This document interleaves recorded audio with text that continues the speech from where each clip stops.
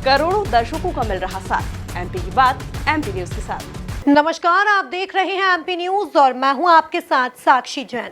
देश भर में भले ही बीजेपी की रफ्तार में कमी आई हो, लेकिन मध्य प्रदेश में कमल की आंधी ने कांग्रेस को उड़ा दिया है। प्रदेश की सभी 29 लोकसभा सीटों पर भाजपा ने जीत हासिल की है, लेकिन इस जीत का रोड मैप विधानसभा चुनाव से ही तैयार हो गया था, जिसकी अधिक जानकारी के लिए हमारे साथ हमारे संवाददाता संदीप नागर जुड़ गए हैं। संदीप, भाजपा का मिशन 29 पूरा हुआ है, किस तरह भाजपा ने यह लक्ष्य पूरा किया है अपना?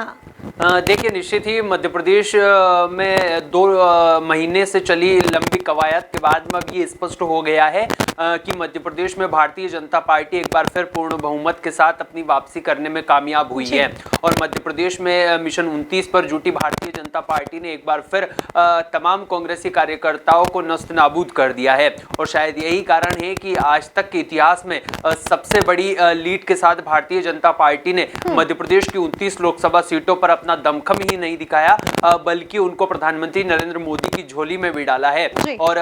बड़े बम्पर मार्जिन के साथ कांग्रेस के तमाम दिग्गजों से लेकर तमाम प्रत्याशियों को औंधे मुंह की भारतीय जनता पार्टी के प्रत्याशियों से खानी पड़ी है। ऐसे में अब भारतीय जनता पार्टी के रोडमैप की हम बात करें तो कहीं ना कहीं विधानसभा चुनाव में मिली बम्पर जीत के बाद ही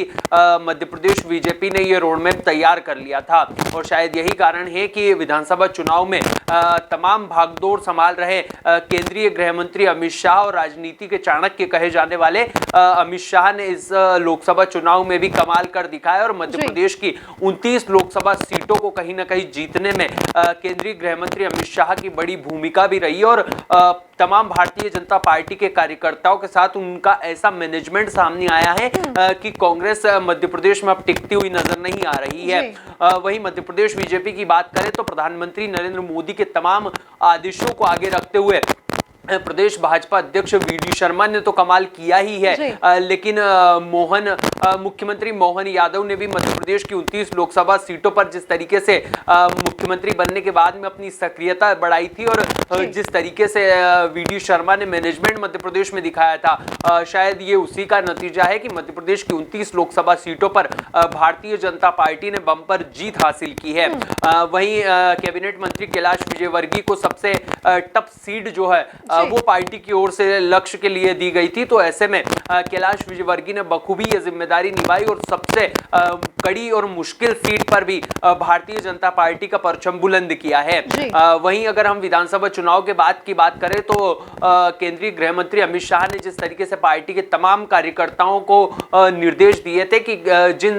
विधानसभा सीटों पर पार्टी लगातार हारती हुई आई है उस पर अपनी पैनी नजर रखे और उस पर लगातार सक्रियता बढ़ाए। वहीं भारतीय जनता पार्टी लगातार उन बूथों पर अपनी सक्रियता बढ़ाए जहां पर लगातार भारतीय जनता पार्टी को वोट नहीं मिले हैं। और यही जो तरीका है वो पार्टी ने लोकसभा चुनाव में अपनाया और बूथ तक के तमाम कार्यकर्ताओं को भारतीय जनता पार्टी एक्टिव करने में कामयाब रही है। वही लगातार पार्टी की जितनी भी योजनाएं हैं उनको बूथ कार्यकर्ताओं से लेकर पन्ना प्रभारियों तक भारतीय जनता पार्टी ने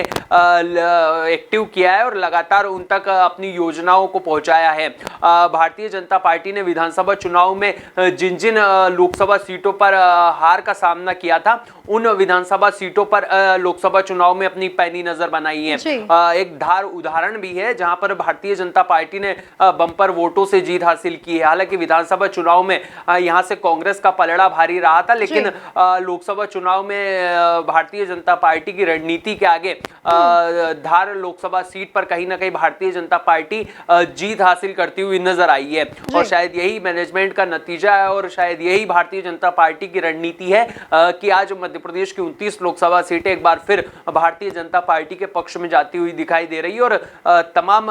कार्यकर्ताओं की सक्रियता और मेहनत के बाद में भारतीय जनता पार्टी ने इस पर जीत हासिल की है। जी संदीप, आने वाले दिनों में दिल्ली दरबार की ओर से क्या कुछ मध्य प्रदेश को नए उपहार मिल सकते हैं? देखिए, दिल्ली दरबार की अगर बात की जाए तो प्रधानमंत्री नरेंद्र मोदी की अगुवाई में एक बार फिर भारतीय जनता पार्टी सरकार बनाती हुई नजर आ रही है और लगातार दिल्ली दरबार की ओर से बैठकों और मंथनों का दौर भी जारी है। और अब आने वाले दिनों में जब राष्ट्रपति से प्रधानमंत्री मोदी मिले हैं और उनको नई सरकार बनाने का दावा पेश किया है तो अब आने वाले दिनों में निश्चित ही मध्य प्रदेश की भूमिका दिल्ली दरबार के आंखों के सामने बढ़ती हुई नजर आएगी, क्योंकि तमाम हिंदी राज्यों में कहीं ना कहीं भारतीय जनता पार्टी के प्रदर्शन पर ब्रेक लगा है, लेकिन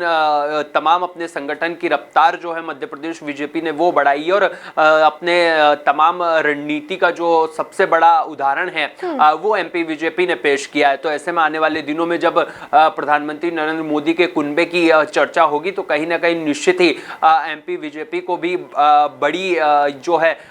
वो जिम्मेदारी मिल सकती है और एमपी बीजेपी के तमाम बड़े दिग्गज नेता और तमाम कार्यकर्ताओं की कहीं ना कहीं एमपी बीजेपी के बाद में अब दिल्ली दरबार में भी सक्रियता बढ़ने वाली है। उनमें हम कुछ चंद लोगों की बात करें तो प्रदेश अध्यक्ष वी.डी. शर्मा हो सकते हैं, क्योंकि जिस तरीके से उन्होंने विधानसभा चुनाव में भारतीय जनता पार्टी को विजय दिलाई थी और लोकसभा चुनाव के लिए अपनी तमाम रणनीति बनाई थी, अपनी सक्रियता मध्य प्रदेश में बढ़ाई थी, तो उसके बाद में प्रधानमंत्री नरेंद्र मोदी, गृह मंत्री अमित शाह और राष्ट्रीय अध्यक्ष जेपी नड्डा उनसे काफी खुश हुए थे। तो अब आने वाले दिनों में कहीं ना कहीं वी.डी. शर्मा को एक बड़ी जिम्मेदारी जो है वो प्रधानमंत्री नरेंद्र मोदी के कुनबे में मिल सकती है और एक अहम पद पर वो जा सकते हैं। वही दूसरे हम चेहरे की बात कर लेते हैं नरोत्तम मिश्रा की, जो लगातार कांग्रेस में टूट का कारण बने और सबसे बड़ी जीत का जो सहरा है वो कहीं ना कहीं नरोत्तम मिश्रा के चेहरे पर, उनके सर पर जाता हुआ नजर आता है, क्योंकि लगातार विधानसभा चुनाव के बाद में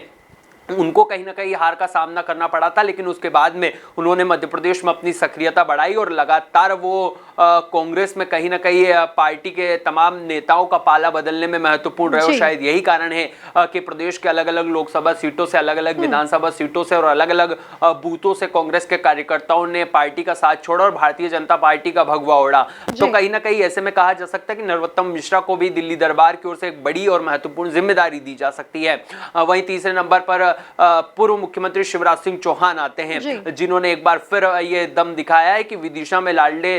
मामा की जो छवि है और लाडले मामा की जो छवि से पूरे देश में जाने जाते हैं, उन्होंने एक बार फिर सबसे बड़ी जीत जो है वो हासिल की और दूसरे नंबर पर जीत हासिल करने वाले वो बन गए हैं। तो ऐसे में अब जब इतनी बड़ी जीत के साथ शिवराज सिंह चौहान दिल्ली जाएंगे तो निश्चित ही उनका कहीं ना कहीं कुनबा बड़ा होता हुआ नजर आएगा और उनकी जो क्षमताएं हैं उसके अनुरूप भारतीय जनता पार्टी उनको आने वाले दिनों में काम देती हुई नजर आएगी। तो ऐसे में कहा जा सकता है कि इन तमाम नेताओं का तो कहीं ना कहीं दिल्ली दरबार में बोलबाला होगा ही सही, लेकिन जिस तरीके से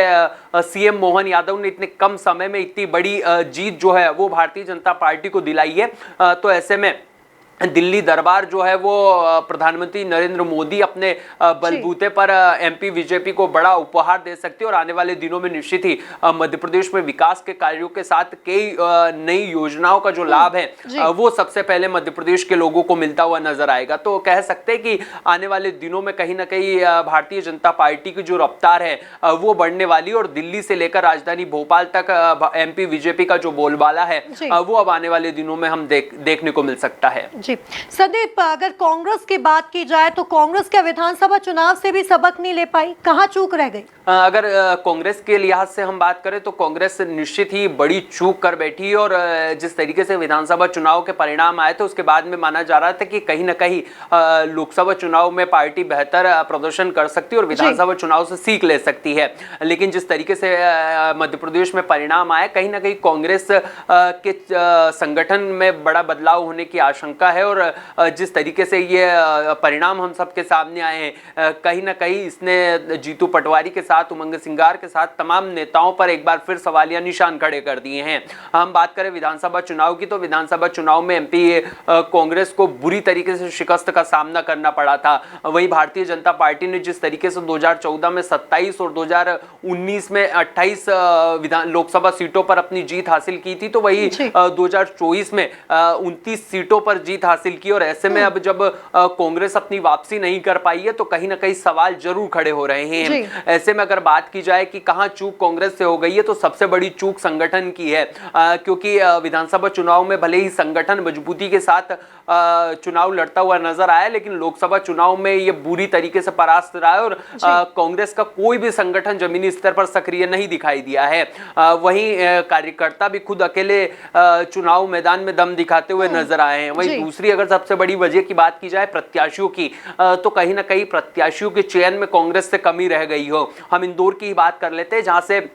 खुद पीसीसी चीफ जीतू पटवारी इस क्षेत्र से आते हैं। यहाँ पर इंदौर संसदीय सीट पर जब जीतू पटवारी के चर्चाओं के बाद में नाम का ऐलान हुआ और उनकी सहमति से नाम का ऐलान हुआ तो वो प्रत्याशी भी खुद अपना पाला बदल देते हैं। तो ऐसे में कहीं ना कहीं कांग्रेस से प्रत्याशियों के चयन में भी बड़ी चूक हुई है और इसका नतीजा जो है वो एमपी कांग्रेस को उठाना पड़ रहा है। वहीं तीसरी वजह की हम बात करें तो कहीं ना कहीं कांग्रेस के जो प्रत्याशी हैं वो अकेले चुनाव लड़ते हुए इस लोकसभा चुनाव में दिखाई दिए और उनके सामने दिल्ली दरबार का कोई भी दिग्गज नेता प्रचार प्रसार के लिए नहीं आया है। कम ही सक्रियता राहुल गांधी और प्रियंका गांधी और अन्य दिग्गज नेताओं की एमपी में रही है। हालांकि जब चुनाव का आखिरी दौर चल रहा था तो कुछ राजस्थान के नेता अशोक गहलोत और सचिन पायलट ने अपनी सक्रियता मध्य प्रदेश में दिखाई थी, लेकिन कहीं ना कहीं अन्य नेता जो है वो मध्य प्रदेश में अपना प्रचार प्रसार करने के लिए नहीं पहुंचते हैं। वहीं तीसरी वजह की हम बात कर ले फंडिंग की, जिस तरीके से सीबीआई ने और अन्य तमाम सरकारी एजेंसियों ने फंडिंग पर रोक लगाई थी तो उसका खामियाजा भी कहीं ना कहीं एमपी कांग्रेस को भुगतना पड़ा है, क्योंकि जो पीसीसी जीतू पटवारी उनके साथ तमाम जो नेता हैं उनको फंडिंग की कमी आई है और वो अलग अलग जगहों पर जाकर प्रचार प्रसार नहीं कर पाए हैं। तमाम नेताओं ने एक साथ ही प्रचार प्रसार किया तो प्रभाव जो है नेताओं और कार्यकर्ताओं के बीच में वो कम देखने को मिला और तमाम मतदाताओं के बीच में कांग्रेस कम पहुंच पाई है। वहीं अगले हम